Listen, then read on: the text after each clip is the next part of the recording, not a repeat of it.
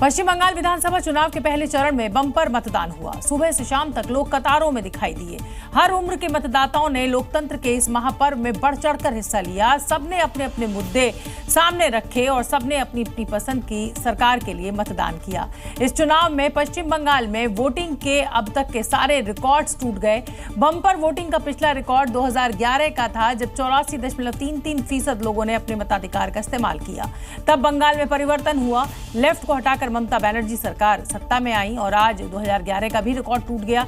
शाम 5 बजे तक 79.93% लोगों ने मताधिकार का प्रयोग किया। लेकिन मैं आपको बता दूं कि ये जो इतनी बड़ी संख्या में मताधिकार हुआ है, इसके पीछे ये कहा जा रहा है कि लोगों के बीच में SIR को लेकर डर है और कहीं ना कहीं ये बात उनके दिमाग में आ रही है कि अगर आज इस बार मतदान नहीं किया तो हो सकता है हमारा भी नाम वोटिंग लिस्ट में से कट जाए। 152 सीटों के लिए आज मतदान हुआ है। अब सवाल ये खड़ा होता है कि ये बम्पर वोटिंग परिवर्तन के लिए है या लोगों के अंदर ये डर है कि उनका नाम SIR में वोटिंग लिस्ट से कट सकता है।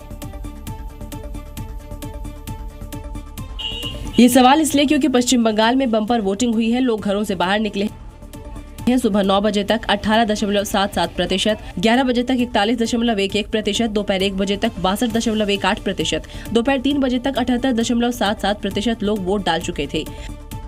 हर मतदाता किसी न किसी मुद्दे पर वोट डालने के लिए मतदान केंद्र पहुंचा था। कोई इशारों में समझा रहा था तो कोई खुलकर बता रहा था। मुद्दा की बात तो अभी नहीं पाएंगे, लेकिन वोट तो डालना ही है। भी अच्छा नहीं है क्योंकि यहाँ पे आप सब जानते हो कि जो भी स्कूल है उस पे टीचर बहुत ही कम है। हर वोटर के अपने मुद्दे हैं, तभी तो बंगाल में जो मौजूद है वो मतदान केंद्र तक जरूर पहुंचा। ये लंबी लंबी कतारें बता रही हैं कि वोटिंग को लेकर मतदाताओं का जोश कितना हाई है, जिसने वोटिंग के सारे रिकॉर्ड तोड़ दिए। पिछले 5 विधानसभा चुनावों पर नजर डालें तो 2001 में 75.29%, 2006 में 81.97%, 2011 में 84.33%, 2016 में 82.66% और 2021 में 82.30% मतदान हुआ था। रिकॉर्ड मतदान की 2 ही स्थिति हो सकती है। पहली, लोग परिवर्तन चाहते हों, दूसरी, लोग मौजूदा सरकार को बरकरार रखना चाहते हों। हालांकि इसके लिए 4 मई का इंतजार करना होगा।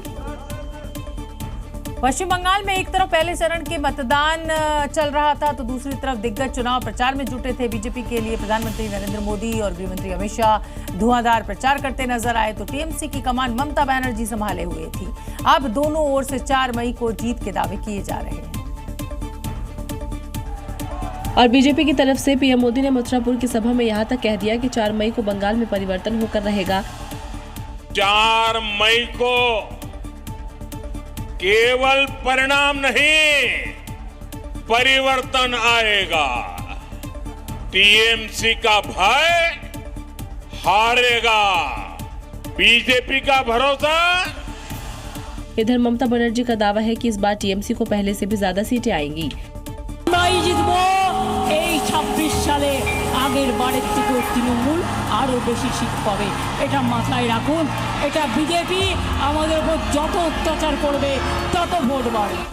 पहले चरण में 152 सीटों पर उम्मीदवारों की किस्मत EVM में लॉक हो गई है। अब निगाहें दूसरे चरण पर है, जब 29 अप्रैल को पश्चिम बंगाल विधानसभा की 142 सीटों पर वोट डाले जाएंगे और कोई भी दल या गठबंधन अपनी तैयारी में कोई कसर नहीं छोड़ना चाह रहा। यह दावा भी उसी का हिस्सा है।